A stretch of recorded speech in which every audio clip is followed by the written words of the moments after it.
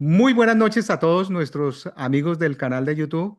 Hoy les presentamos un podcast titulado Esperanza en medio del caos con nuestro invitado especial que es el doctor Rafael España, director económico de FENALCO, más de 4 décadas en esa dirección económica de FENALCO. Es colega economista. Comenzamos los dos la universidad. Él se fue por el periodismo y por las lides investigativas del área económica y yo me orienté por los medios de comunicación.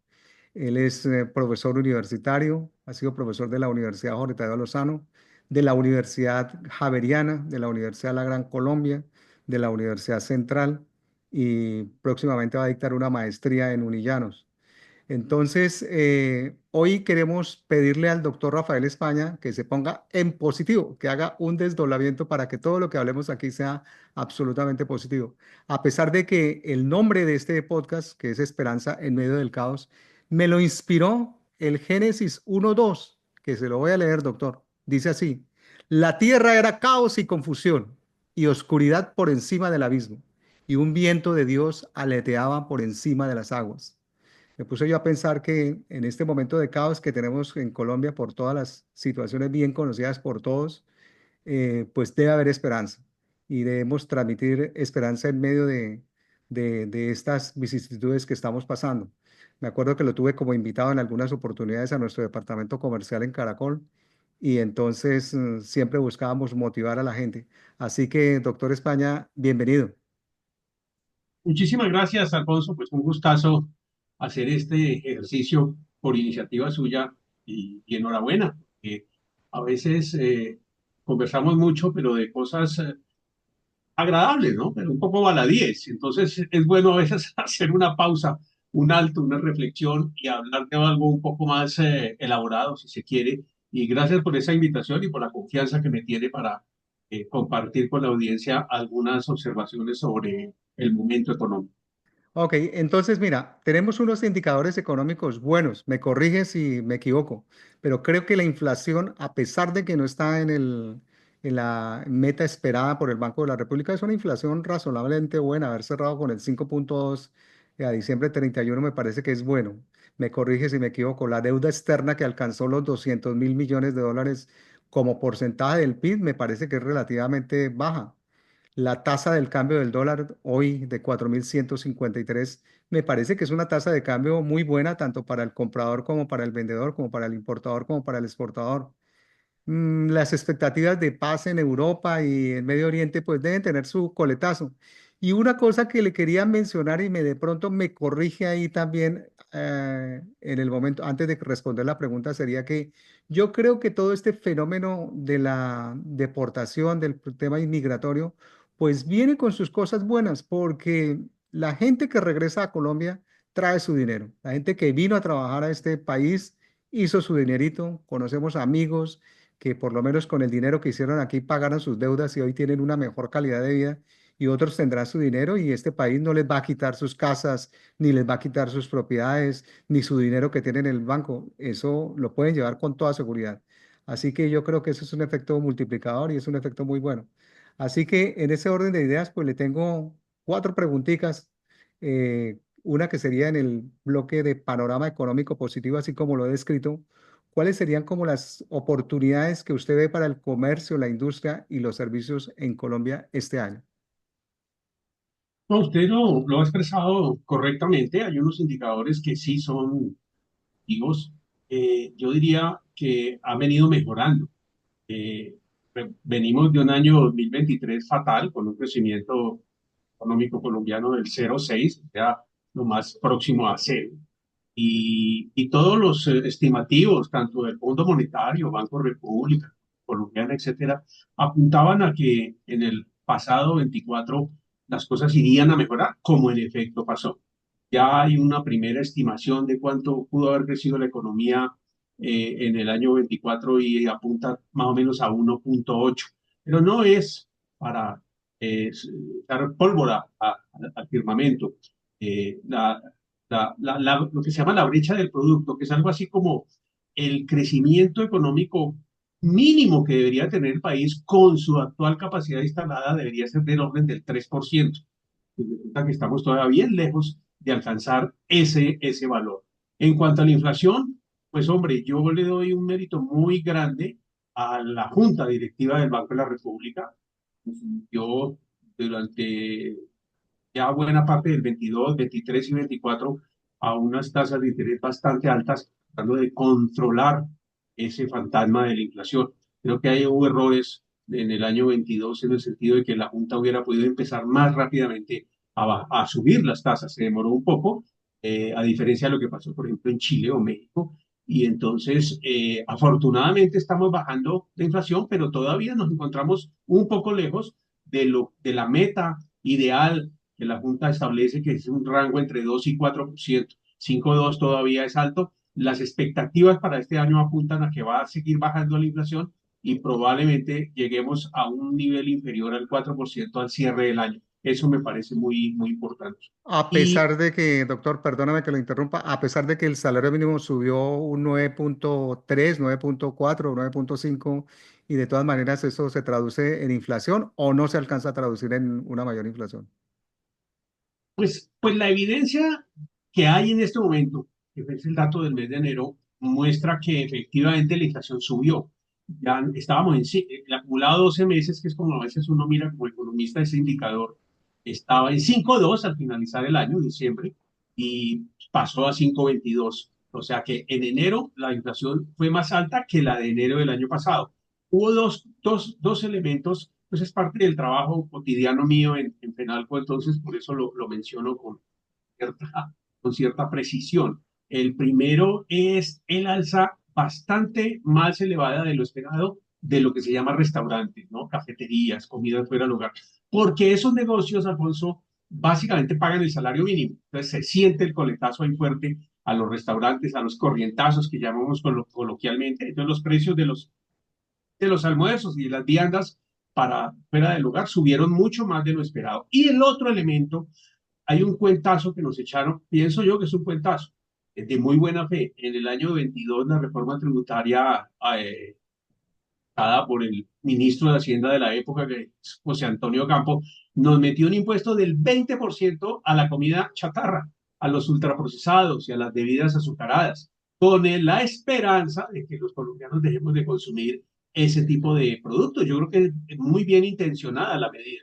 Pero entonces ese 20% que se fragmentó en 3 o 4 partes, arrancó en enero de este año con un nuevo incremento, 5% hasta llegar a 20. Pues bien, los precios de lo que el DANE llama golosinas, voy a mencionar 2 o 3 ideas, chicles, masmelos, doritos, papas fritas en paquete, las mismas gaseosas, colas, subieron mucho más de una manera muy pronunciada frente al promedio de inflación. Esos dos elementos, impuesto saludable y eh, restaurantes, jalonaron muy feo, diría yo, la inflación y eso tiene una consecuencia inmediata.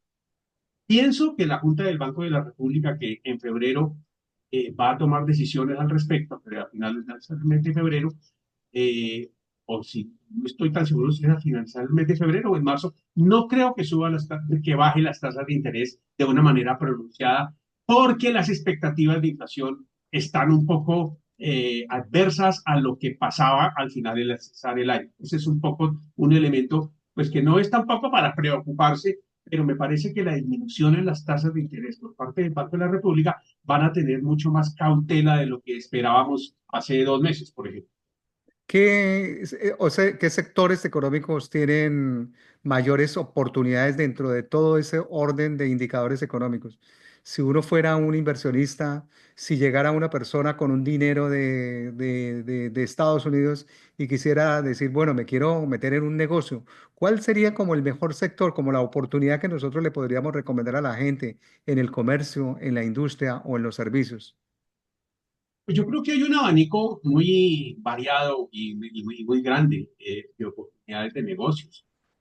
Se me ocurre así, sin hacer un extenuante análisis, que en Colombia el sector inmobiliario tiene una especie de futuro promisorio en la medida en que nos estamos dando cuenta que muchas familias de ya mayores, por ejemplo, del Canadá o de los Estados Unidos, buscan pasar buena parte del año en un clima mucho más amigable que el frío allá de Calgary, Canadá, o de Boston, Estados Unidos.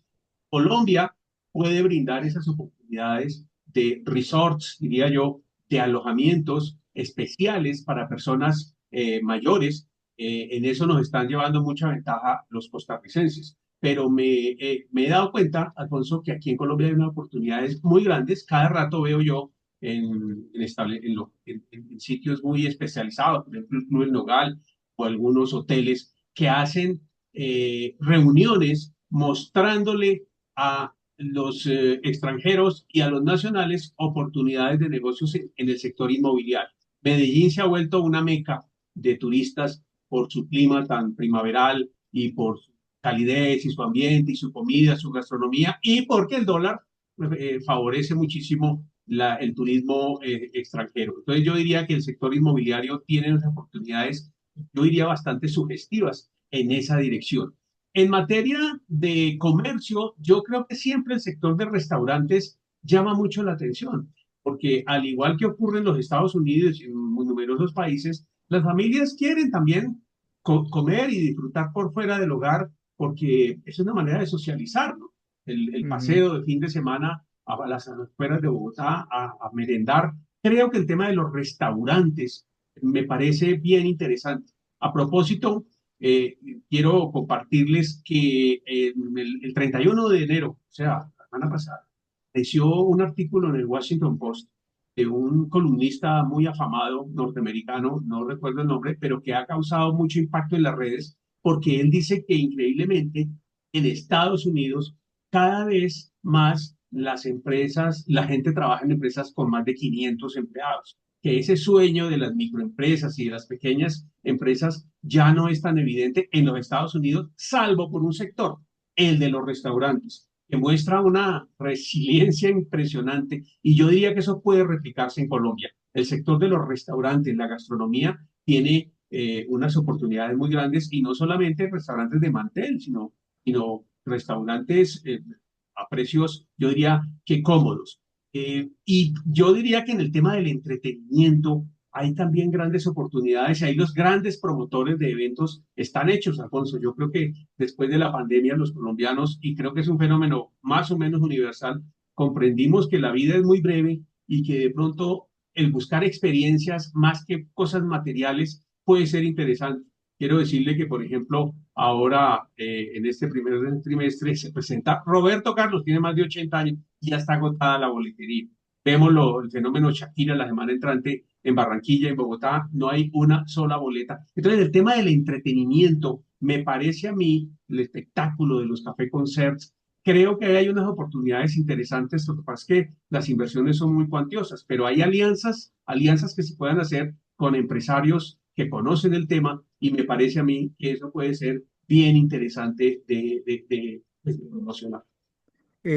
Mencionó el sector inmobiliario, el cual conozco porque aparte de mi trabajo en medios de comunicación, soy agente de real estate, licenciado, y conozco el tema y obviamente esta situación que nos está pasando a raíz del tema migratorio ha como que le ha colocado un freno a la situación en Estados Unidos y eso podría ser bueno para Colombia. ¿Qué apoyo le dan las entidades gremiales a las empresas, a las personas para tomar esas iniciativas? Digamos, ¿qué asesoría reciben? Si estamos, había una entidad, me acuerdo, cuando yo estaba allá, llevo 20 años, un poquito más de 25 años fuera del país, no sé si ProExport presta un servicio para promover las exportaciones y si las entidades gremiales facilitan una información de primera mano a todas las personas que lo van a o tienen que estar afiliados. ¿Cómo funciona el tema? Aquí en Colombia hay, yo diría que una red de apoyo bien interesante, bien sugestiva. Pues ProSport ya no existe, ahora se llama ProColombia y hay una empresa que se llama Impulsa, que financia, patrocina, que ayuda, que lleva de la mano a los empresarios emprendedores para que no fracasen en el primer intento. Las cámaras de comercio de toda la ciudad, Bogotá, Medellín, Barranquilla, tienen una muy buena línea de apoyo al emprendimiento y facilitan información, Lo mismo las alcaldías, es algo que vale la pena ponderar. La alcaldía de Bogotá, por ejemplo, está haciendo una labor de mucha divulgación, apoyando a sectores, inclusive ha dividido a Bogotá, me parece una opción bien interesante, ha dividido a Bogotá por especialidades. Por ejemplo, el barrio Restrepo, que usted y yo conocemos, pues se vuelve un clúster de calzado a nivel internacional, inclusive. Conozco zapateros del barrio Restrepo, patrocinados por la alcaldía de Bogotá, no de esta administración, de anteriores, que han ido a Estados Unidos a ofrecer sus productos con un problema que no teníamos previsto. Y es que el producto es muy bueno, el producto es competitivo a nivel de precio y la calidad aceptable. Entonces, allá en el almacén ubicado en los centros comerciales de Santa Mónica, de San José, California, por decir un ejemplo, dicen muy bien, entonces para el próximo mes necesitamos 150.000 pares de estos zapatos y 80.000 de esos. Eso es lo que ellos producen en 2 años. Entonces ahí se enfrentan con una dura realidad de que exportar es más complejo de lo que parece, porque estamos hablando de un país gigante, ¿no? Cuya economía, el solo estado de la Florida es más importante y más grande que Holanda.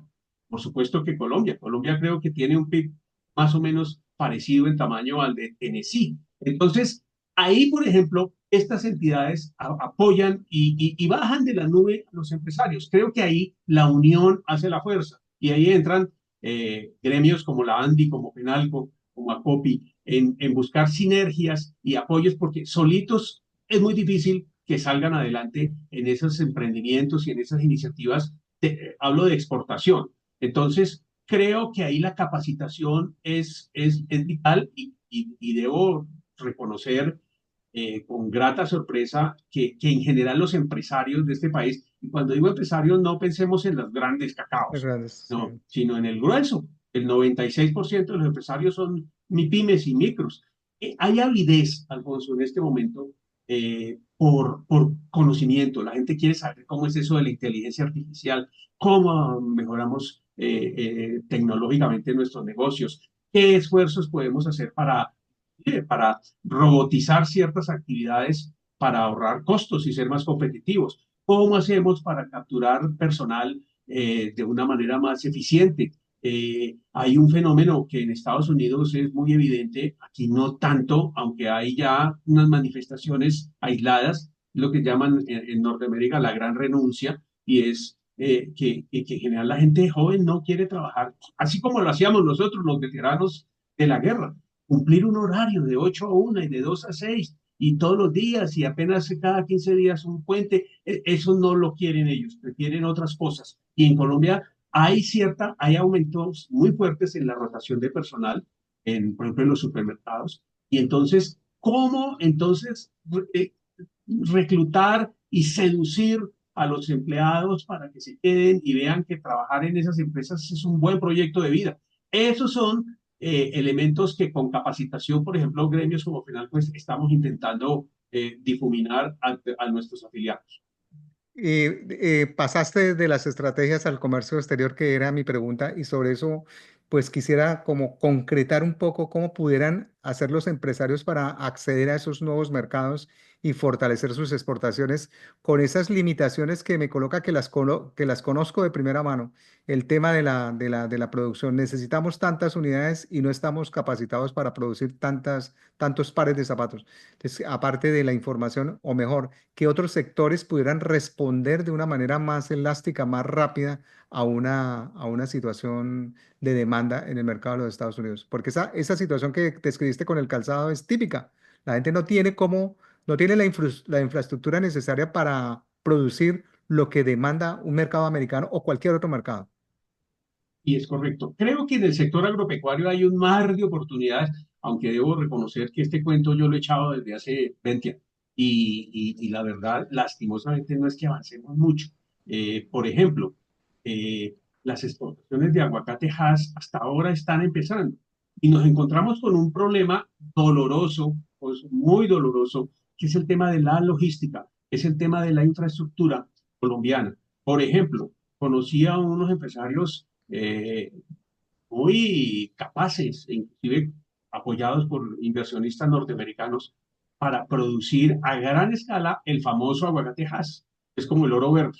No sé cuántas miles de toneladas consumieron los americanos este domingo En con el el Super Super Bowl, Bowl, sí, una claro, locura. Sí, sí. sí. Y Colombia tiene buen clima, buena tierra para hacer eso, y entonces ellos, un grupo de empresarios, montó una empresa interesante pues, en buenas tierras en el departamento de Risaralda y produjeron una buena cosecha, varias toneladas y entonces obviamente con el aguacate verde para que no madure inmediatamente. ¿Y qué problema era para ponerlo en puerto? ¿Qué problema? Porque resulta que tomaron la vía que es aviones Ujú, refrigerados y tal, a Buenaventura, y resulta que hay bloqueos por todo lado. Si no son los indígenas, son los manifestantes por reclamando servicios públicos o son personas de la, entre comillas, primera línea, de tal manera que les tocó tomar una decisión muy drástica, muy audaz a estos empresarios al ver que no podían llegar a Buenaventura, entre otras cosas, son 3 horas de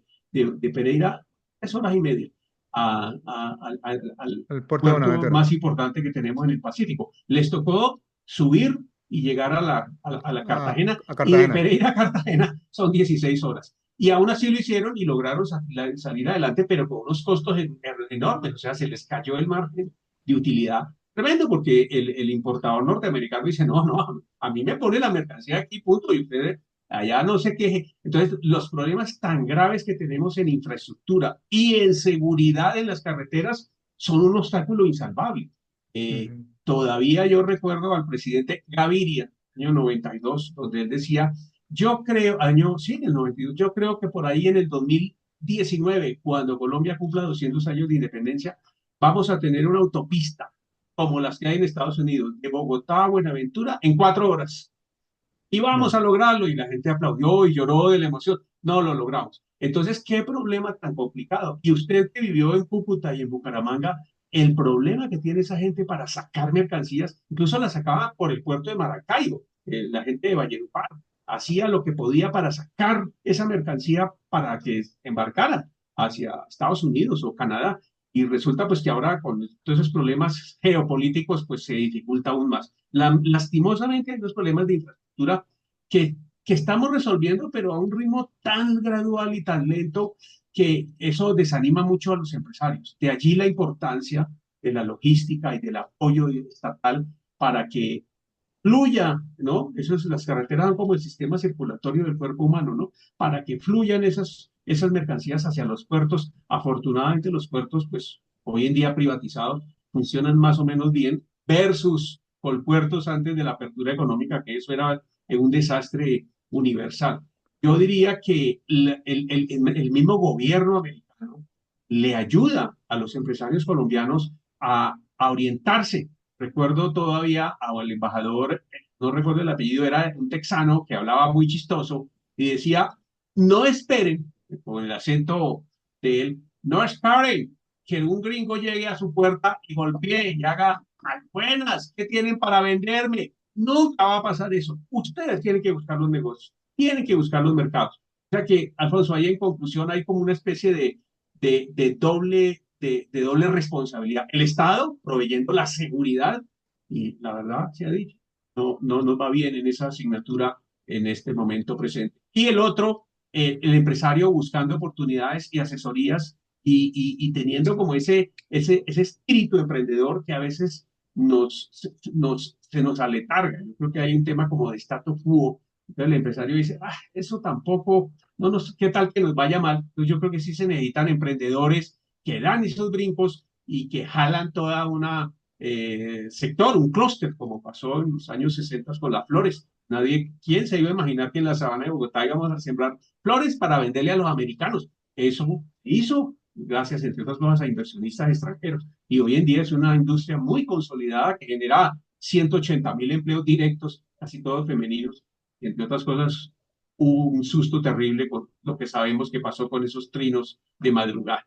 Sí, claro. Y sobre eso le quería hablar. Mientras preparas una nota, un comentario de inspiración y mensaje final, quería comentarte que en el grupo de hombres de valor, que son un grupo de empresarios, tenemos a uno de los empresarios, casi que la mayoría de amigos que yo tengo aquí están vinculados de una u otra manera al mercado colombiano. A pesar de que llevemos décadas aquí, yo llevo casual, desde el año 98 estamos hablando de casi 27 años en Estados Unidos, y la mayoría de empresarios tienen un vínculo con Colombia. De hecho, nosotros con Big Media, que es nuestra agencia de publicidad, se encargaba de comercializar Caracol Televisión Internacional y nuestra tele, que así se llama aquí, RCN Televisión Internacional. No se puede llamar RCN Televisión Internacional porque ese nombre está registrado en Nueva York. Entonces aquí se conoce con el nombre de nuestra tele. Nosotros comercializábamos eso aquí. Entonces, quería comentarte que mi amigo Julio Barberi, el que exporta platanitos de Colombia hacia los Estados Unidos, él lo hace desde Pereira y de la mayoría él que tiene toda la cadena de producción y la cadena de producción y la cadena que arranca en Pereira, y el puerto por el cual sale, siempre he sabido yo, es el de Cartagena. Y en ese negocio lleva ya más de 25 27 años. Entonces, que yo sepa, casi diría que hasta 30 años en ese negocio. Sus containers salen de Cartagena hasta donde yo sé.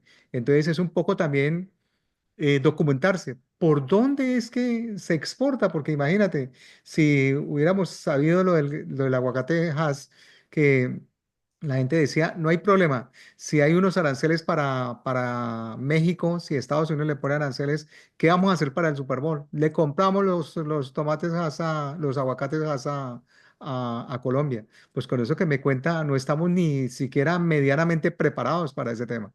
Entonces, yo diría que para redondear el tema de las exportaciones de Colombia hacia y buscar otros mercados es también un tema de preparación, de información, de investigación, ¿no? Y nada, Rafa, quisiera preguntarte ya con un mensaje de inspiración y mensaje final, ¿cuál es su mensaje de esperanza para los empresarios colombianos que enfrentan desafíos, pero quieren seguir creciendo? Bueno, yo siempre he sido optimista, moderadamente optimista, porque como decía Winston Churchill, soy optimista porque ser pesimista no sirve de mucho, ¿no? Entonces, yo veo luces al final del túnel. Este año la economía va a ser un poco más mejor. Estamos viviendo un periodo, digamos, como usted lo mencionó al comienzo, de ilusión, de esperanza, de resolver el conflicto en Ucrania. Eso me parece la noticia del día, importantísima, y el presidente Trump se apunta ahí un hit. Eh, pues los empresarios pues tienden a quejarse mucho y entonces yo lo que les digo es que de esta salimos adelante si superamos el COVID, superamos en el 2014 cuando el dólar cayó de $100 a $14 y el dólar, por supuesto, se disparó a 5.000 pesos. Si superamos el apagón, que usted y yo lo vivimos, Claro, por año y supuesto. medio, 2 años de apagón, imagínese usted, y logramos salir airosos, salir adelante. La crisis del año 99, cuando quebraron 6 o 7 bancos de gran envergadura y el UPAC dejó en la calle a muchos propietarios. Qué dolor, qué terrible. Si superamos el problema del Caguán, Alfonso, de la guerrilla, de los secuestros, ¿cómo no vamos a superar esta coyuntura un poco difícil, un poco compleja? Pero yo creo que la resiliencia que tenemos los colombianos aquí se pone a prueba y creo que nos va a ir bien. Yo creo que en medio de todo la gente dice, hombre, ¿para qué nos vamos a preocupar por algo que no podemos controlar? Más bien ocupémonos y busquemos oportunidades. Y ahí, como dice el viejo dicho, ¿no? Mientras unos lloran, otros venden pañuelos. Sí, claro, y el tema es que es buscar en medio del caos esas oportunidades, ¿no? Porque siempre las hay, tenemos que pensar cuáles son las oportunidades que hay, cuáles son esos momentos claves para entrar en el mercado. Mencionaste un caso típico de los apagones. Para los que no son colombianos que vean este podcast, dirán que es el apagón. Sencillamente el corte de electricidad es un apagón, no había energía y la gente escuchaba radio. En ese momento, estamos hablando de hace ya unas eh, casi 3 décadas, 1991 o 92, Rafael, ¿me corriges? 92, 93. Salió un buen producto radial. Yo estaba trabajando en Caracol, salió un buen producto radial, fruto de esa situación que se llama La Luciérnaga. y la luciérnaga todavía perdura, todavía vive, todavía es un programa que se volvió una costumbre en los estilos de vida de los colombianos escuchar la luciérnaga. Aún la escucho de vez en cuando. Y así ocurre también con el tema del COVID. El COVID nos trajo una cantidad de problemas y de situaciones, pero nos afloró el trabajo en casa y nos trajo este tema que estamos haciendo en este momento, este Zoom que estamos haciendo, es fruto del COVID, porque nos trajo la plataforma de Zoom y nos facilitó las cosas. Yo no tengo que ir a Colombia con una grabadora, con una cámara, a entrevistarte y a buscarte y a hacer una cita para poder grabar ese programa, si lo podemos hacer vía Zoom, tú en la comodidad de tu casa y yo en la mía, y producir un material que es benéfico para mucha gente porque es una luz de esperanza, como lo hemos llamado, en medio del caos. Así que si tienes un caso de éxito reciente que puedas compartirnos, que refleje la resiliencia y el potencial de los empresarios colombianos, te lo recibimos. Y si no, pues entonces nos gustaría, si tuvieras que resumir en una frase el futuro del comercio, la industria y los servicios en Colombia, ¿cuál sería? Esas serían como las preguntas finales. Una referencia en cuanto al primer tema.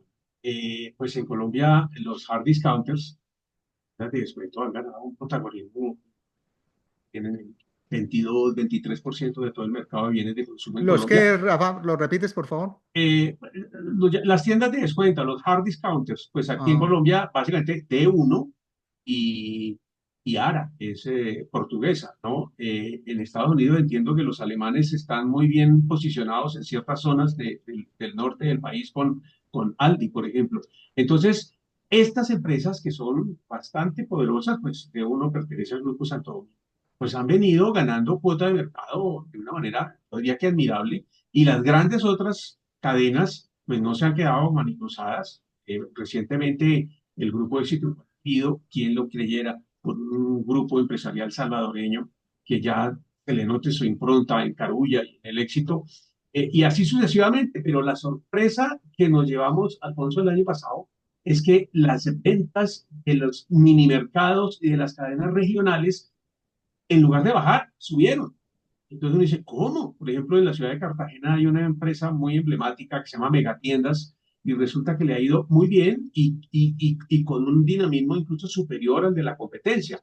Yo me pregunto, pero ¿qué es lo que pasa ahí? ¿Y sabe cuál podría ser la respuesta? Esa manera de hipótesis es que estas empresas regionales, las que hay en Ibagué, Valledupar, en Bogotá, por ejemplo, Zapatoca es muy fuerte, esas empresas, al ser empresas de familia y no estar tan grandes en cuanto a su gerencia y su administración, pueden tomar decisiones mucho más rápidas que las grandes superficies y en eso hay una ventaja competitiva impresionante. Como decía un famoso economista, lo pequeño es hermoso. Y resulta que no solamente le hacen competencia, sino que ganan cuota de mercado frente a las grandes superficies. Ahí hay un ejemplo de cómo podemos sobreponernos a ciertos tipos de adversidades, un ejemplo muy reciente, ¿no? Y yo le reitero, y gracias por este espacio, Alfonso, pues a los empresarios, a los amigos, a los estudiantes, a los empleados, pues hombre, echar para adelante, siempre hemos sido los colombianos muy propensos a eso. Tenemos doctorado en manejo de crisis. Hace poco nuestro presidente de Penalco, Jaime Alberto Cabral, relataba que en España le dijeron, ¿ustedes cómo hacen para sobrevivir?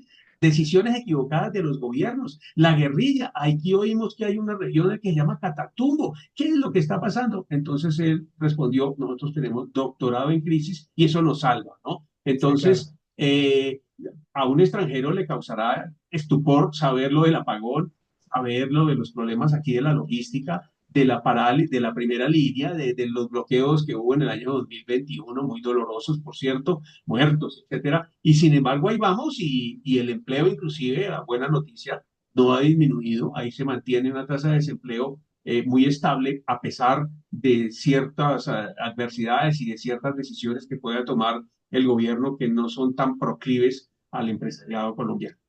Me parece que podemos resumir en una sola palabra que se puso de moda en la última década. Existía la palabra como tal, que es resiliencia, y esa es la capacidad que tienen los colombianos para sacar adelante sus negocios en medio del caos, y deben seguir así.